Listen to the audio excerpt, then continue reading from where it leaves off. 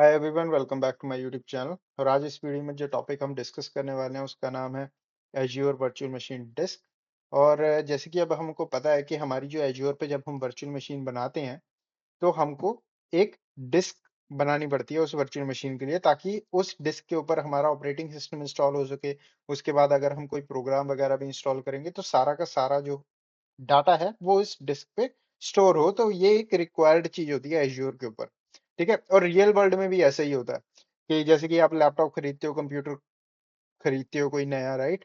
तो उस सिनेरियो में आप क्या करते हो, आप मेक श्योर करते हो कि उस लैपटॉप या उस कंप्यूटर के ऊपर एक हार्ड ड्राइव या एक एसएसडी लगी हो, ताकि उसके ऊपर आपका ऑपरेटिंग सिस्टम इंस्टॉल हो सके। उसके ऊपर आप अपने प्रोग्राम्स इंस्टॉल कर सको और अपना काम कर सको, इवन डाटा भी स्टोर कर सको। उसी तरीके से एज्योर की वर्चुअल मशीन डिस्क भी होती है। ठीक है, तो इसका सेम कॉन्सेप्ट है जैसा कि हमारा रियल वर्ल्ड में होता है फिजिकल लैपटॉप कंप्यूटर्स के साथ, कि आपको एक डिस्क अटैच करनी है। ठीक है, और अब डिस्क के अंदर भी डिफरेंट डिफरेंट टाइप की डिस्क आती हैं आपकी एज्योर के ऊपर। ठीक है, जैसे कि आपकी हो सकती है premium SSD, SSD, standard HDD, सारी देखेंगे इस वीडियो के अंदर। और ये भी समझेंगे कि किस सिनेरियो में कौन सी डिस्क की जरूरत पड़ेगी हमको। ठीक है, तो नेक्स्ट स्लाइड पे चलते हैं। और यहाँ पे आप देखोगे तो ये काइंड ऑफ बेसिक एग्जांपल है कि जब भी आप एक वर्चुअल मशीन क्रिएट करते हो एज्योर के ऊपर तो आपको क्या क्या चीजें मिलती हैं, क्या क्या चीजें मतलब बनानी पड़ती हैं। जैसे कि आपने यहाँ पे एक वर्चुअल मशीन क्रिएट करनी थी, तो उसको क्रिएट करने के लिए आपको एक सिक्योरिटी ग्रुप भी डिप्लॉय करना पड़ा। ठीक है, एक एज्योर वर्चुअल नेटवर्क भी सेटअप करना पड़ता है, सबनेट भी सेटअप करना पड़ता है जिसके अंदर आपकी वर्चुअल मशीन आएगी। और उसके साथ साथ आप एक नेटवर्क इंटरफेस कार्ड भी लगाते हो उस वर्चुअल मशीन पे। अब अगर आप इस वर्चुअल मशीन को पब्लिकली एक्सेस करना चाहते हो इंटरनेट के थ्रू, तो आपको एक पब्लिक आईपी एड्रेस भी देना पड़ेगा। और आपको एक डिस्क भी लगानी पड़ती है जिसको हम ओएस डिस्क बोलते हैं। ठीक है, अब ये सारी चीजें रिक्वायर्ड होती हैं। इन सब में से अगर आप सिर्फ इसको हटा दो, मतलब कि आप पब्लिक आईपी एड्रेस को हटा दो, पब्लिक आईपी एड्रेस को छोड़ के बाकी सारी चीजें जो आपको यहाँ पे दिख रही हैं, ये सारी चीजें आपकी डिप्लॉय की जाती हैं जब आप एक वर्चुअल मशीन बनाते हो। ठीक है, अब ऐसे नहीं हो सकता कि आपने बोला कि मैंने वर्चुअल नेटवर्क नहीं बनाना, तो आप इसको डिप्लॉय नहीं कर सकेंगे। आपको वर्चुअल मशीन को डिप्लॉय करते टाइम ये सारी चीजों का भी ध्यान रखना होता है।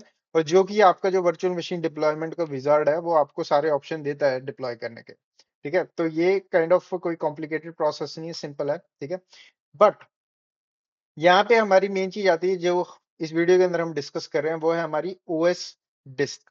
जब भी हम ओएस डिस्क बनाने लगते हैं या फिर जब भी हम वर्चुअल मशीन बनाने लगते हैं, हमको स्टोरेज वाला एक सेक्शन आता है विजार्ड के अंदर, जहाँ पे हमको बताना होता है कि हमारी जो डिस्क है, ठीक है, हमारी जो मशीन है उस पे कौन सी डिस्क लगी हो। तो अगर मैं यहाँ पे क्या करता हूँ, एक नई विंडो खोल लेता हूँ वेब ब्राउजर की, और यहाँ पे हम चलते हैं portal.azure.com पे।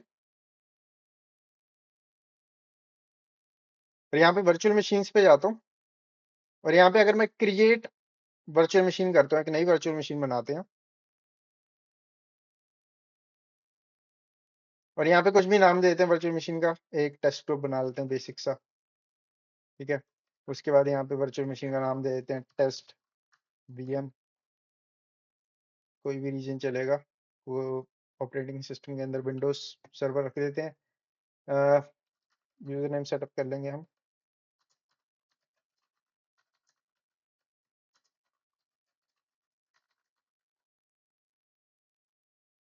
नेक्स्ट, अब ये हमारा जो डिस्क वाला सेक्शन है, यहाँ पे हम बताते हैं कि हमारी जो मशीन पे डिस्क लगेगी जो कि हमारी ओएस डिस्क है। ठीक है, ये रिक्वायर्ड है, आप इसको स्किप नहीं कर सकते, आपको ओएस डिस्क तो लगानी ही पड़ेगी।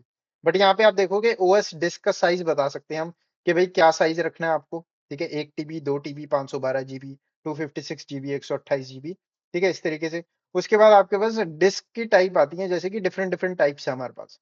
Premium SSD, standard SSD, standard HDD, और भी होती हैं, और टाइप्स भी होती हैं डिस्क की, वो अभी देखेंगे नेक्स्ट स्लाइड के अंदर। बट इस तरीके से आप अपनी टाइप सिलेक्ट करते हो।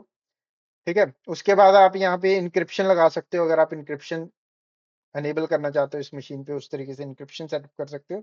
बट राइट नाउ आप देखोगे कि भाई इंक्रिप्शन एट होस्ट रजिस्टर्ड नहीं है हमारी सब्सक्रिप्शन के लिए, क्योंकि हम फ्री ट्रायल पे हैं। ठीक है, बट इस तरीके से आप यहाँ पे डिस्क कॉन्फ़िगर करते हो। अब यहाँ पे ये है हमारी ओएस डिस्क। एक होती है डाटा डिस्क। डाटा डिस्क भी सेम ही तरीके से होती है जैसे ओएस डिस्क होती है। एक हार्ड ड्राइव या एक एसएसडी अटैच करते हो, पर उसके अंदर आप अपना डाटा स्टोर करते हो। ठीक है। अब ये ऑलवेज रिकमेंडेड होता है जब भी आप इंफॉर्मेशन टेक्नोलॉजी की फील्ड में एंटर करोगे, ठीक है, बेसिक सीखोगे, तो उसमें आपको हमेशा यही सिखाया जाता है विंडोज सिस्टम में या फिर लिनक्स सिस्टम में, कि आपको हमेशा टू सेपरेट डिस्क यूज करनी है। डाटा को एक सेपरेट डिस्क के अंदर स्टोर करना है, और आपको अपनी जो ओएस सिस्टम की फाइल्स हैं उसको एक सेपरेट डिस्क के अंदर स्टोर करना है। क्योंकि अगर इन फ्यूचर फॉर एग्जांपल आपने ओएस डिस्क के अंदर ही डाटा भी सेट सेव किया हुआ है, और ओएस के अंदर ही आपकी ओएस की फाइल्स भी सेव है, और ऑपरेटिंग सिस्टम आपका करप्ट हो जाता है फॉर सम रीजन, तो उस सिनेरियो में, या फिर आपकी जो ड्राइव है, सी ड्राइव है, ओएस डाटा डिस्क ड्राइव है, ठीक है, उस सिनेरियो में आपका डाटा भी लॉस हो जाएगा। तो इसलिए आपको अब सेपरेट बनानी होती है, तो इसलिए हम यहाँ पे सेपरेट डिस्क भी अटैच कर सकते हैं। इसको देखेंगे कि कैसे क्रिएट की जाती है और कैसे अटैच की जाती है डिस्क। बट इस डैशबोर्ड में आप वर्चुअल मशीन के कॉन्फ़िगर करते हो ओएस डिस्क आपको कैसी चाहिए। ठीक है।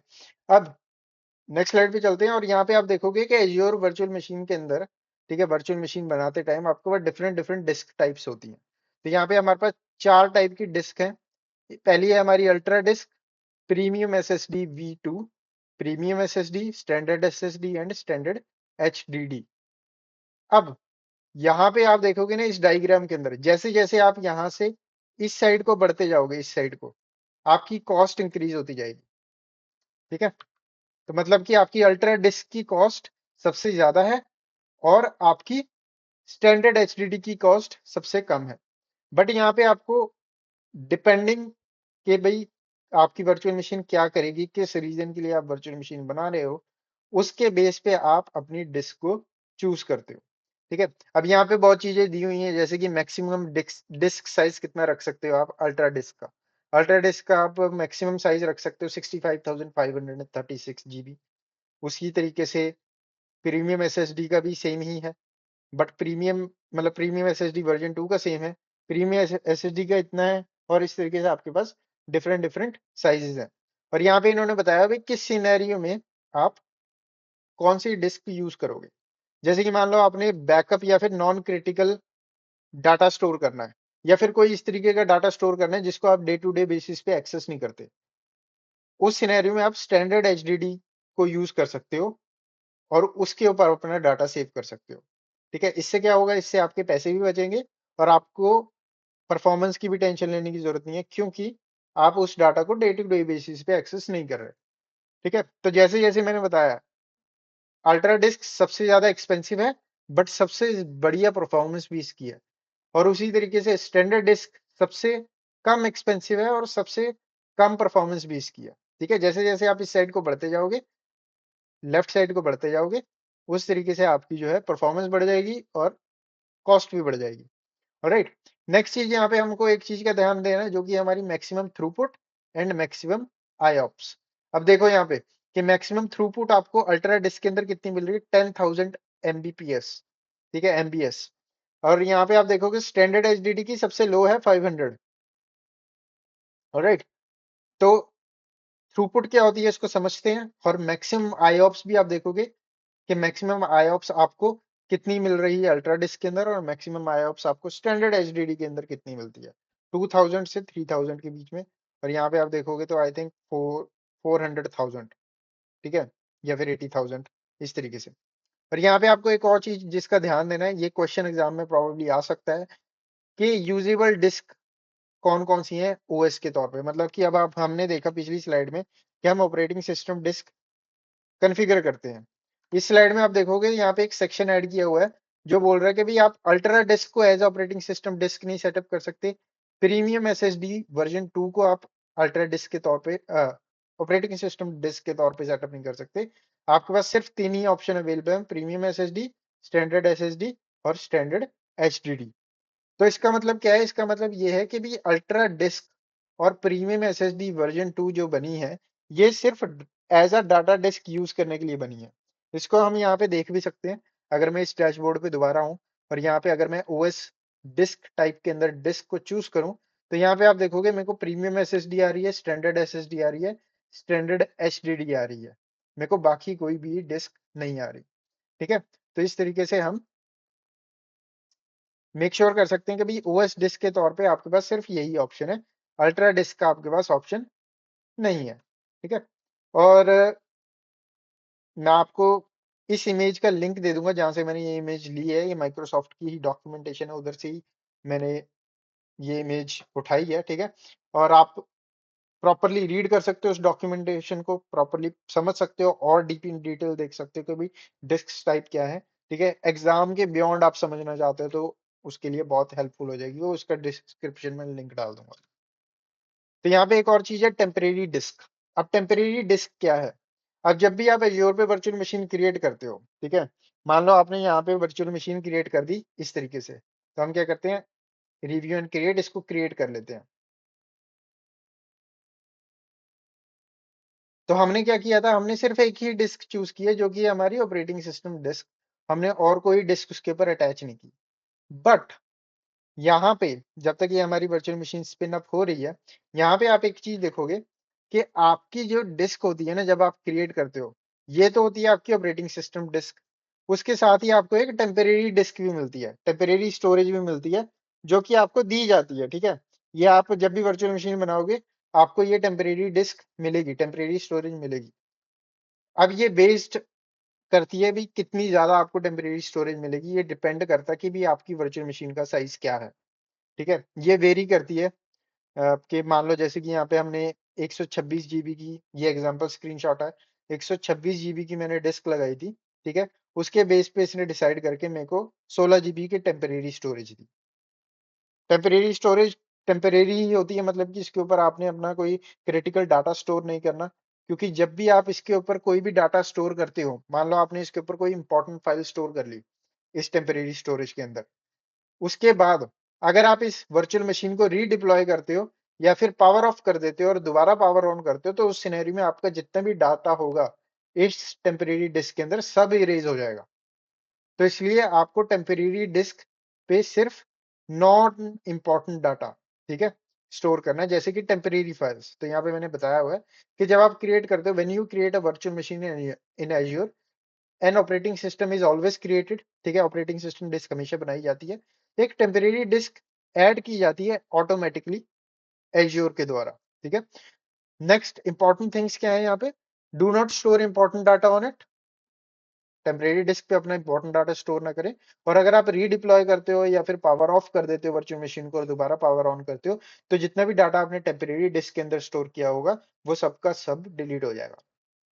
तो यहाँ पे बोला हुआ this can lead to data loss, so only use it for temporary files.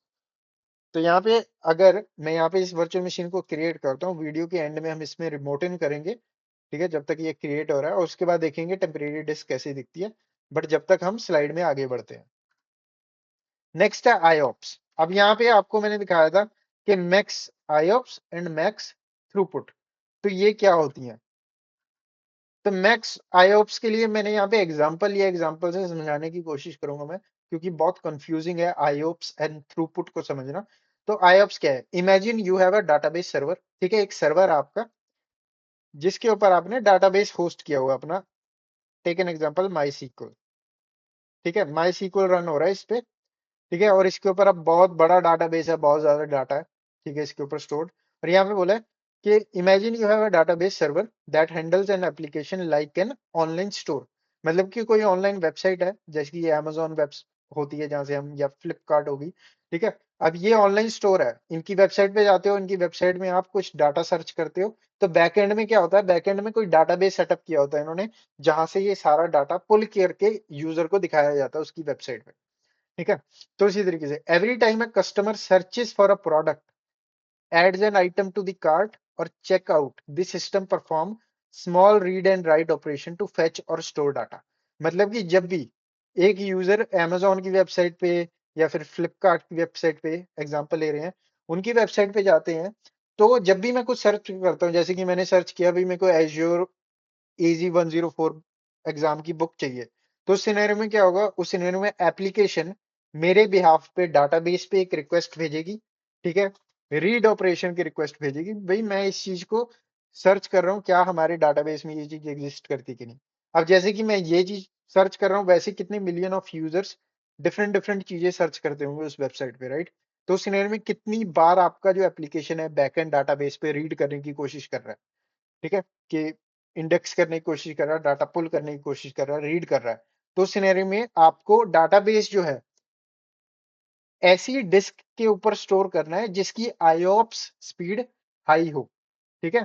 तो इसमें आपको सिंपल याद रखना है इतना ही, जब भी आईओप्स की हम बात करते हैं small frequent read and write operation perform किए जाएं जब जब हमको आईओप्स स्पीड हाई चाहिए, ठीक है। अब मान लो आपका जो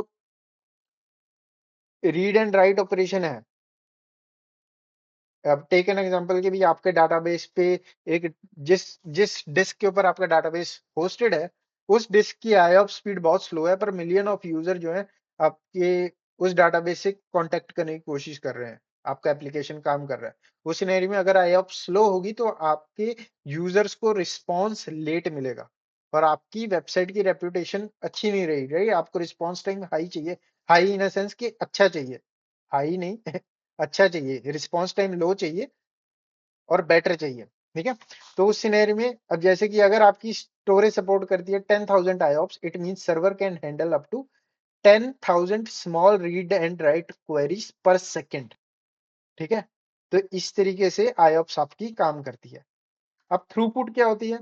थ्रूपुट के अंदर आप देखो, now imagine you are uploading a 10 GB video file, ठीक है। अब मान लो आपने एक 10 GB की वीडियो फाइल अपलोड करनी है क्लाउड स्टोरेज पे, या फिर ट्रांसफर करनी है एक मूवी एक लोकेशन से दूसरी लोकेशन पे। तो यहाँ पे परफॉर्मेंस डिपेंड करती है कि कितना डाटा ट्रांसफर किया जाता है पर सेकंड। थ्रूपुट का काम ये है, थ्रूपुट का काम आता है ट्रांसफर से।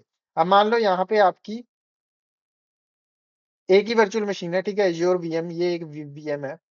अब इस वर्चुअल मशीन के ऊपर आपकी दो डिस्क लगी हुई है इस तरीके से, ये है आपकी डाटा डिस्क 1 और ये आपकी डाटा डिस्क 2, और एक तीसरी लगी हुई है जो कि हमारी ओएस डिस्क है, इस तरीके से। अब हमारे पास कितनी, 3 डिस्क लगी हुई है। मान लो आपने इस डाटा डिस्क 1 के ऊपर एक वीडियो फाइल स्टोर की है जिसका साइज बहुत बड़ा है। अब उस सिनेरियो में आप मान लो इसको ट्रांसफर करने की कोशिश कर रहे हो इस वीडियो फाइल को इस डिस्क से डाटा डिस्क 2 के अंदर। उस सिनेरियो में आपको थ्रूपुट जो है हाई चाहिए अगर आपको जल्दी से जल्दी अपनी फाइल को ट्रांसफर करना है, ठीक है। अब जैसे कि मान लो, अब ये तो एग्जांपल लिया मैंने एक ही वर्चुअल मशीन में, रियल वर्ल्ड में आप ऐसा नहीं करोगे। रियल वर्ल्ड में आप टेक एन एग्जांपल के आप कह सकते हो कि जैसे मैंने यहाँ पे एग्जांपल सिनेरियो समझाया हुआ है, imagine you are uploading a 10 GB video file to cloud storage और transferring a movie from one location to another, ठीक है। इमेजिन करो कि इतने बड़े साइज की आपके पास कोई फाइल है जिसको आप अपलोड कर रहे हो अपनी वर्चुअल मशीन पे, एज्योर पे जो पड़ी है, या फिर आप एक वर्चुअल मशीन से दूसरी वर्चुअल मशीन में अपनी वीडियो फाइल को ट्रांसफर कर रहे हो। तो यहाँ पे जो परफॉर्मेंस है वो डिपेंड करती है कितना डाटा ट्रांसफर किया जा सकता है एक सेकंड के अंदर। जितनी ज्यादा हाई थ्रूपुट होगी उतना ज्यादा आप ट्रांसफर कर सकते हो एक सेकंड के अंदर डाटा, ठीक है। If your storage system have 200 Mbps throughput, it can upload 200 MB of data per second, meaning it will take like 50 seconds to upload a 10 GB file. तो इस तरीके से आपकी थ्रूपुट काम करती है। बट यहाँ पे एक चीज का ध्यान रखना है, ये जो मैंने यहाँ पे नंबर्स दिए हैं ना, जैसे कि यहाँ पे बताया 200 Mbps थ्रूपुट, ये हमेशा एग्जैक्ट नहीं होती, ठीक है। ऑन पेपर ये एग्जैक्ट लगते हैं कि भी यहाँ पे मैंने थियोरेटिकली बता दिया 200 Mbps के अंदर 50 सेकंड के अंदर डाटा ट्रांसफर हो जाएगा, बट हमेशा ये वेरी करती है। आप सेम नंबर एक्सपेक्ट नहीं कर सकते जो थियोरेटिकली आपको दिया होता है। बट यहाँ पे मेन चीज समझने वाली क्या है, आईऑप्स और थ्रूपुट के अंदर जब भी हम थ्रूपुट की बात करेंगे हम बात करते हैं डाटा ट्रांसफर की। जब हम बड़ी फाइल एक ट्रांसफर कर रहे हैं, ठीक है, उस सिनेरियो में अगर हमको जल्दी से जल्दी उस फाइल को ट्रांसफर करना है तो उस सिनेरियो में हमको हाई थ्रूपुट चाहिए। अगर हमारी थ्रूपुट लो होगी डिस्क की तो उस सिनेरियो में हमारी जो ट्रांसफर स्पीड है हमको स्लो मिलेगी। आईऑप्स के अंदर मेनली डाटाबेस की बात करते हैं हम, जब हमारे जो किसी ड्राइव के ऊपर हम बहुत ज्यादा रीड एंड राइट ऑपरेशन करते हैं, फ्रीक्वेंटली करते हैं, बार बार करते हैं, बहुत ज्यादा रीड एंड राइट करते हैं, तो उस सिनेरियो में हमको हाई आईऑप्स चाहिए अगर रिस्पॉन्स टाइम हमको बढ़िया चाहिए तो, ठीक है। तो ये होता है हमारा मेन जितने भी हमको डिस्क के रिलेटेड कॉन्सेप्ट समझने हैं एज्योर वीएम में, ठीक है, वर्चुअल मशीन के अंदर, उसके अंदर मेन आपको यही आना चाहिए, ठीक है। एग्जाम के अंदर भी आपको इसके बेस पे ही क्वेश्चन किए जाएंगे, ठीक है। तो आपको यहाँ पे आपको ध्यान रखना है कि भाई किस किस डिस्क को आप as operating system disk use कर सकते हो, ठीक है। किस डिस्क की थ्रूपुट हाई है, किस डिस्क की थ्रूपुट एंड आईऑप्स हाई है। फिर उसके बाद आपको इस चीज का ध्यान रखना है कि भाई कॉस्ट किस में आपको ज्यादा पड़ेगी, स्टैंडर्ड एचडीडी किस सिनेरियो के अंदर आप स्टैंडर्ड एचडीडी किस सिनेरियो के अंदर यूज करोगे, स्टैंडर्ड एसएसडी किस सिनेरियो के अंदर यूज करोगे। और यहाँ पे सिनेरियो भी दिए हैं, तो आपको बस एक तरीके से इनको समझ लेना है कि भी किस सिनेरियो के अंदर कौन सी डिस्क आ सकती है, ठीक है। अब नेक्स्ट क्या करते हैं, हम एक बार चलते हैं अपनी वर्चुअल मशीन के ऊपर। एज्योर पे हमारी virtual machine I believe deploy होगी। तो यहाँ पे गो टू रिसोर्स पे क्लिक करता हूँ और यहाँ पे कनेक्ट पे क्लिक करते हैं।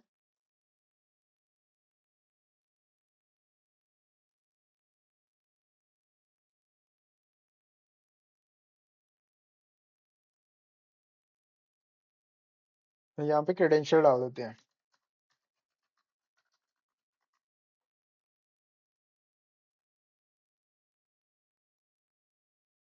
ऑलराइट, तो हम रिमोट इन कर चुके हैं मशीन के अंदर। तो यहाँ पे क्या करूंगा, मैं सिंपल फाइल एक्सप्लोरर ओपन करता हूँ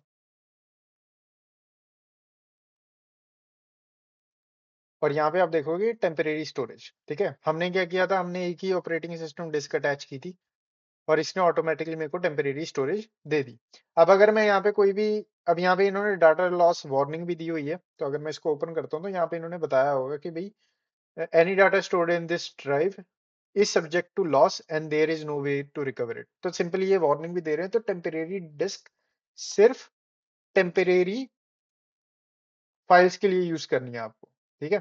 तो इस सिनेरियो में ऐसे नहीं कि आपने कोई क्रिटिकल एप्लीकेशन की फाइल्स स्टोर करनी शुरू कर दी, इसमें नहीं, तो वो प्रॉब्लमेटिक हो सकता है, ठीक है। तो मैं ये भी रिकमेंड नहीं करूंगा कि आप किसी एप्लीकेशन के लॉग्स वगैरह स्टोर करो यहाँ पे, क्योंकि लॉग्स बहुत इंपॉर्टेंट होते हैं, ठीक है।